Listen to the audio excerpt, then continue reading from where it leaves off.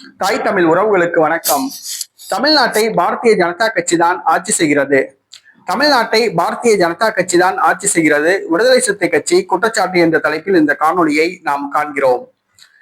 மே 10ஆம் தேதி தமிழ்நாடு முதலமைச்சராக ஜோசப் விஜய் பொறுப்பேற்றார். தமிழக வெற்றி கழக அரசில் விடுதலை சிறுத்தை கட்சி இடம்பெற்றுள்ளது. அந்த கட்சி சார்பில் வன்னியரசு அமைச்சராக பங்கேற்றுள்ளார்.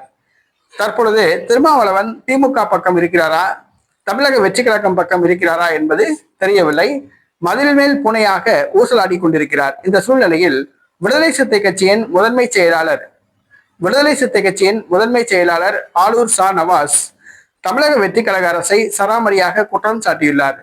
தமிழ்நாட்டில் நடப்பது தாவேக ஆட்சி அல்ல, பாரதிய ஜனதா கட்சி ஆட்சிதான் என்று குற்றம் சாட்டுகிறார்.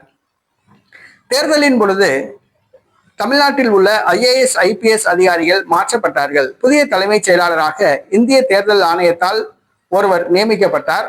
புதிய அரசு பொறுப்பேற்ற பிறகு தமிழக வெற்றி கழகம் ஜோசப் விஜய் பழைய திமுக ஆட்சியில் பணியமர்த்தப்பட்ட IAS IPS அதிகாரிகளை பணி இடமாற்றம் செய்தார்.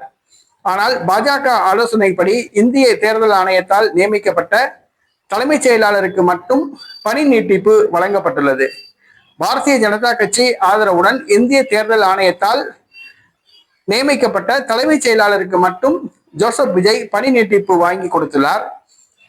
ஆக நடப்பது தமிழக வெற்றி கழக ஆட்சி அல்ல, பாரதிய ஜனதா கட்சி ஆட்சிதான் என்று அவர் சராமரியாக குற்றம் சாட்டியுள்ளார். தமிழக வெற்றி கழக ஆட்சியில் பங்கு பெற்றுள்ளது விடுதலை சிறுத்தை கட்சி.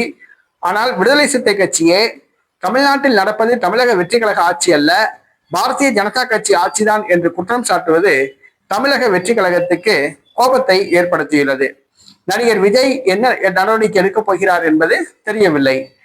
ஜோசப் விஜய் தாவேகா கூட்டணியிலிருந்து விடுதலை சிறுத்தை கட்சியை நீக்குவாரா, விடுதலை சிறுத்தை கட்சிக்கு எச்சரிக்கை விடுப்பாரா என்பது தெரியவில்லை. பொறுத்திருந்து பார்ப்போம்.